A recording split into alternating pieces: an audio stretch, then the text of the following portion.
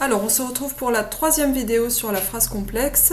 Dans la vidéo précédente, nous avons exploré l'univers des conjonctives essentielles, c'est-à-dire qu'on ne peut pas supprimer sinon la phrase est incorrecte. Et dans celle-ci, nous allons étudier plus sérieusement les propositions subordonnées conjonctives circonstancielles. Conjonctives, donc elles sont toujours introduites par une conjonction de subordination, et circonstancielles, eh bien on va voir qu'on peut les supprimer ou les déplacer et la phrase conserve son sens. Alors, premier exemple. Au moment où le serpent mordit le petit prince, celui-ci tomba sur le sable. Donc j'ai souligné les verbes de la phrase, les verbes conjugués, mordit et tomba.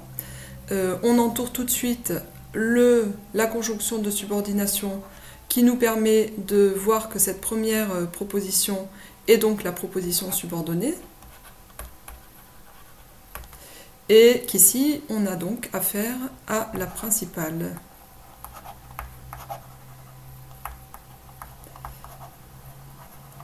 Donc, puisqu'elle est introduite par une conjonction de subordination, cette proposition subordonnée est conjonctive. Donc ça, c'est pour sa classe grammaticale. Et sa fonction, on va voir le lien qu'elle entretient avec la principale. Eh bien, on voit qu'au moment où exprime le temps, donc c'est un complément circonstanciel de temps.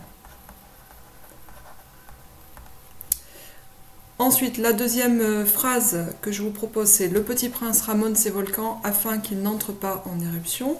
Donc, premier verbe conjugué, deuxième verbe conjugué. On repère tout de suite la conjonction de subordination, afin que, puisque la conjonction est dans cette proposition, on a ici donc la proposition subordonnée. Et donc ici, la proposition principale. Et on va maintenant s'occuper de la fonction. Elle est toujours complément circonstanciel et afin que exprime le but. Voilà, donc elle est complément circonstanciel de but.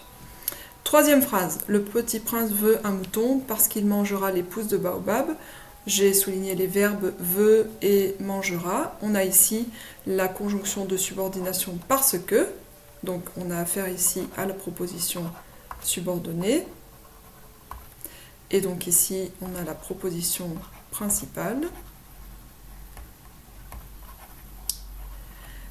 On va voir maintenant la fonction de cette proposition subordonnée parce que exprime la cause. Donc on a affaire à un complément circonstanciel de cause. Je récapitule. Donc une proposition subordonnée conjonctive circonstancielle. Elle est conjonctive parce qu'elle est introduite par une conjonction de subordination. Je vous en ai mis quelques exemples ici. Quand, lorsque, afin que, pour que, parce que, dès que, puisque, au moment où. Puisqu'elle est circonstancielle, elle peut être supprimée ou déplacée. On pourrait très bien dire, afin que les volcans n'entrent pas en éruption, le petit prince les ramone.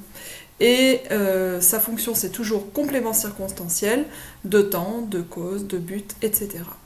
Voilà pour les conjonctives circonstancielles.